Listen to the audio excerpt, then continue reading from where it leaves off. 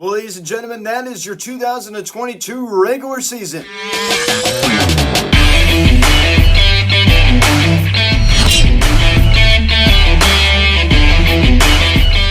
What is going on, everybody? Welcome to Phillies Shots of Media to recap of this afternoon's game between the Phillies and the Houston Astros, as the Phillies lose 3-2 to the Astros as they drop the final game of the 2022 regular season. So game 162 is in the books, ladies and gentlemen, as the Phillies do lose 2 out of 3 in Houston. Now, guys, before I get into this video, please subscribe if you haven't yet. Please turn on the notification bell. Please like this video, comment on this video, share this video, and let's get into this. So over the last multiple seasons, every single time I've been doing this, right? I mean, I've been doing this since 2019, and ever since 2019, I am so used to being here. I would say game 162, but of course in 2020, the final game of the season was game 60. But nevertheless, I'm so tired of being here, the final game of the season, regular season that is, and just saying, oh well, see you again next year, it's over. Guess what? That is not true this year, right? We are not done. We are not done. I will see everybody on Friday night to recap the first game of the National League Wildcard Series in St. Louis. That is right. The Phils are going to the playoffs, baby. That is for sure. So we have a lot to be happy about. For the fourth straight season, the Phillies do lose the final game of the regular season. Of course, for a little while there, that was not the case. Of course, from 2015 to 2018, we did win the final game of the regular season. But, it's just been disappointing, right? I mean, I understand that these games don't matter, but it would have been nice to end off the regular season with a win, but it is what it is, right? I do think we would have had a good chance of winning this game if we not taking out Billy Falter, after just one inning, but who cares? I mean, this is a meaningless game. It means literally nothing. Please pick up the scoring summary here in the bottom of the third inning. Chas McCormick doubles on a line drive to left field as Dubin comes around to score on that one, and it's now 1-0 Houston. So the Astros now jump ahead early to a 1-0 lead. Michael Plasmeyer, who ate 6 innings today. 6 innings. It was a perfect time to use him. He actually wasn't terrible. Only allowing 3 runs. He was not terrible at all. And he went out there and did his job just fine. So that was McCormick's 12th double of the season. Pick it up here in the same inning. Yordan Alvarez singles on a line drive to left field. Chas McCormick comes around and scores. And it's now 2-0 Houston. So the Astros now take a 2-0 lead. So 2-run bottom of the third inning for them. Of course, the Phillies offense was very quiet today, except for later in the ballgame, which we'll get to a little bit later. Then we pick it up here in the bottom of the 7th inning. The former Boston Red Sox, of course, now a member of the Houston Astros, Christian Vasquez homers on a fly ball to left center field. That ball was very well hit. His 9th home run of the season off of Michael Plasmeyer. And it's now 3-0 Houston. So the Astros now have a 3-0 lead. At that point in the ball game, I'm thinking like, yeah, I think we lost. The offense does not look very engaged. Not that it really matters. But it just kind of just felt like a loss. I'm just going to be honest with you. Didn't really seem like they were getting a whole lot of effort. I think that goes for both sides. Here. Then we pick it up here in the top of the 8th inning. The Phillies did make some noise. I mean, they got on the board. I mean, I'm glad that we did not get shut out the 2 final games of the regular season. That would not have been good, as Brandon Marsh doubles on a fly ball to right field. I mean, it just missed going over the wall. Just missed going over the wall as Dalton Guthrie comes around to score. Of course, Nick Maton went to third. Of course, he was facing his brother, Phil Maton, today. Of course, he singled the right center field, and his brother was visibly upset. I mean, I think, of course, it has to be a rivalry there. Of course, brother and brother, of course, they're going to, battle it out. Let me pick it up here in the same inning. Rhys Hoskins, with some fundamental baseball, hit this ball very hard as he hits a fly ball out to left field that is tracked down. It was pretty much right to him as Nick Maton comes around and scores and tags up. And it's now 3-2 ball. Phillies do make it a 1-run ball game, but unfortunately that would be your final, as they do fall short here in game 162 by a final score of 3-2. So that would be your final this afternoon in Houston. Kyle Schwarber out of the leadoff spot only gets 2 ABs. Of course, he did strike out once, and he did go hitless. And Marsh did come into this ball game and take over out in center as they moved Matt Vealing to left to take Schwarber spot out and left. And of course, Brandon Marsh did deliver the first run of the ball game for the Phils.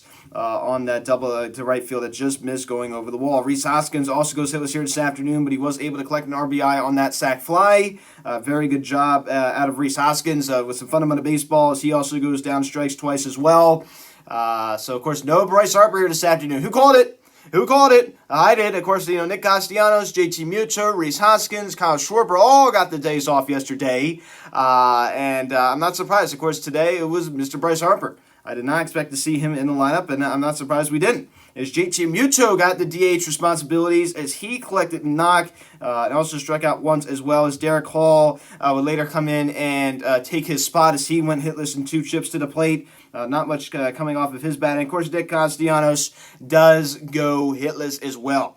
So he finishes the season with a 263 average, 13 home runs, 62 RBIs, and a 694 OPS. So he finishes the season. Let me be clear. So he signs a 5-year, $100 million contract in March of this year. And at the end of the season, he finishes with a 263 slash line, and he has a 694 OPS. I mean, $20 million a year for a 694 OPS. That is embarrassing. That is unacceptable. I have nothing else to say. And he's not some good defender. Let me just be clear. And we have Kyle Schwarber finishing the year. I understand this ain't pretty. With a 218 batting average with an 827 OPS. An 827 OPS. I mean, come on. 46 round trippers, 94 ribbies. Which is just far better than the numbers that Nick Castellanos gave you. Of course, Rhys Hoskins finishes the season with a 246 average. I mean, that's right around where he lives. Unfortunately, the OPS does dip below that 800 mark to finish off the year. 794, which certainly ain't too shabby at all. 30 home runs, 79 RBIs. Of course, the RBI total a little low for the amount of home runs. That same goes for Kyle Schwarber, of course. He's sitting at a leadoff spot, so that's what you expected. JT Realmuto, 276 average, 22 home runs, 84 RBIs, and then 820 OPS. BCIB. I mean, that is a BCIB right there, right there. I just love it. And Gene Segura goes hitless here this afternoon. Not much out of him. I mean, pretty much out of anybody. And Matt Veering also collects a knock here this afternoon as he got the start in center and would later move on the left field to take over for Schwarbs. And Dalton Guthrie gets to start at third and then would later move to second. As he goes hitless when he was able to draw a walk. And Nick Maton, of course, gets to start at short and then would move over to right field as he collected a single off of his brother Phil. That was certainly an exciting moment. I was watching that live when that happened, of course. And Garrett Stubbs gets to start behind the plate, and he does go hitless. But as I said, I mean, the world's better than Andrew Knapp. He did cool off the second half of the season, but whatever. Still a lot better than what Andrew Knapp gave us. The Phillies struck out 15 times today, collected 4 hits on 2 runs. But the Astros collected 12 hits on 3 runs, and Bailey Falter in inning 2 hits, no runs, no walks, and no strikeouts. 3.86 ERA Bailey Falter does finish with, and a round of applause for him for stepping up during the Zach Wheeler injury, for really just coming through when we really needed him. So Bailey Falter, you are the man. You are the man. And how about Michael Plasmeyer going 6 innings, 9 hits, 3 runs, all 3 earned, 1 walk, and 6 strikeouts. I understand it was a lot of the spring training as players of the Houston Astros, but still not easy. So he went out there and did his job just fine. And of course, we just didn't really score a lot of runs today. And Nick Nelson in inning 1 hit, didn't allow any runs, 1 walk and 1 strikeout, a 4.85 ERA. So I love we rested up the big guns in the bullpen. So I just love to see that. So that is game 162. And even though it's not over, even though we're still going to be seeing Phillies baseball, but the main core, the main grind is complete. I did another game 1, day 162. This is my second time doing this. Of course, I did do the 60-game sprint in 2020 from game 1 to game 60. And I recapped 100 games in 2019. So I started around June 15th up until the end of the season. So 4 years of doing this, it's definitely been a grind, day after day after day, for 6 months straight. It's certainly a lot. And honestly, I couldn't do it without people like you watching. And I like to thank everybody. If you didn't watch every day, if you did watch every day, anybody that just happened to tune into the video, thank you. If you tuned into me on Apple Podcasts, hello. If you tune into me on Spotify, if you tune into me on Amazon Music, if you tune into me on Google Podcasts, of course, the main audience is YouTube. But so I just like to thank everybody in any type of form. Thank you, thank you, thank you. I made so many good friends. Every year I meet new people. I really became close to Sports Live and EATL, here in 2022. He became really, one of my good friends on the platform. Of course, Where You're Hiding, also was introduced to as well. There's so many good people here on this community. I've just been so blessed to been able to meet such great people. So thank you all so much for another great grind. And of course, it's not over. It ain't over. We got playoffs. We got ourselves some playoff baseball. 207 against the St. Louis Cardinals. And another thing I want to say. Now, of course, the annual thing here is the season review after the final game of the regular season. But that is not the case when we make the playoffs. So the season review will not be out until the Philadelphia Phillies are not playing baseball one way or another. Let me just phrase it like that, one way or the other. Because, I mean, how can it not? I mean, how in the world can I just make a video all about the regular season, not mention anything about the playoffs?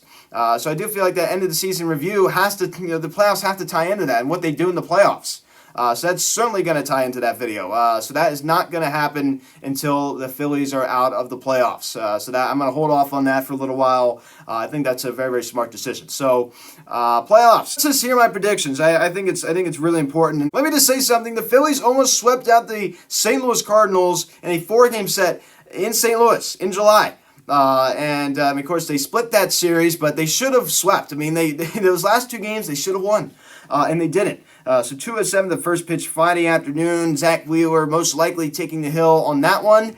So I'm very excited. I mean, to be determined for St. Louis. Aaron Nola most likely taking the ball for Game 2. And the Game 3 starter, who would be your Game 3 starter? Ranger Suarez, I don't see that happening. Of course, he'd be on short rest. There's a possibility that maybe Noah Syndergaard would start that ball game. So that's where it does get a little bit iffy with this starting rotation. I mean, certainly not Kyle Gibson. He's out of the question 100%. Maybe that's why Bailey Falter only went inning today. Isn't that very interesting? I think that's a name you could see start that third game. Of course, that is a to be determined. If we lose the first 2 games of this series, it's over. There is no game on Sunday. Of course, this is going to be 11 years on the day, might I add. Of course, it's going to be October 7th. And the last time the Phillies were in the playoffs was October 7th, 2011, against the St. Louis Cardinals. So it's weird how this thing was all done in 180. It's really, really funny. So we're going to be playing the St. Louis Cardinals 11 years later on the same day. We were eliminated October 7th when Ryan Howard tragically did tear his Achilles running the first base on a ground ball. So that was a horrifying video that I'm sure everybody has seen who's a Phillies fan. I mean, I don't know how even well you have not seen that video yet. It's a very disturbing video. The 2:07 is the first game, then 8:37 the second game. That's going to be on ESPN2, and then 8:37 Sunday night, if necessary. That's going to be on ESPN1. So that is your schedule. So expectations, I think we could win the series. I know people are, not really giving us a, good chance, and partly I understand it. But Zach Wheeler and Nola have been dynamite here in 2022. They really, really have. Aaron Nola, he proved something. He really, really proved something in September/October. He proved that he didn't fall apart. He had the stamina to get through it. Despite, just really falling apart in September, September's prior, he didn't this year. And that gives me a lot of hope for the playoffs. He pitched in a really big game, the biggest game in his career on Monday night. And he went out there and absolutely dominated. Mostly it was against the Astros starters. Of course, once a lot of the starters were taken out of the ball game, that's when Aaron Nola was gone by that point. So can't really make that argument. So I really think we can get the job done. I'm just a little bit concerned about the offense. I don't know how it's going to go. I mean, we kind of stop relying on the long ball so much. So, guys, thanks so much for watching this video. Please subscribe if you haven't yet. Please turn on that notification bell. Please like this video, comment on this video, share this video, check out the social media. Link in the description section at Phillies Hatchet Media, Instagram. Follow me on Twitter at Piazza Media. Call or text 267-225-3392. Email me, phillieshatchetmedia@gmail.com. So, guys, thanks so much for watching. I'm Luke, and I'll talk to you. Let's go Phils. Good luck, 2:07 against St. Louis Cardinals. I'll see you guys.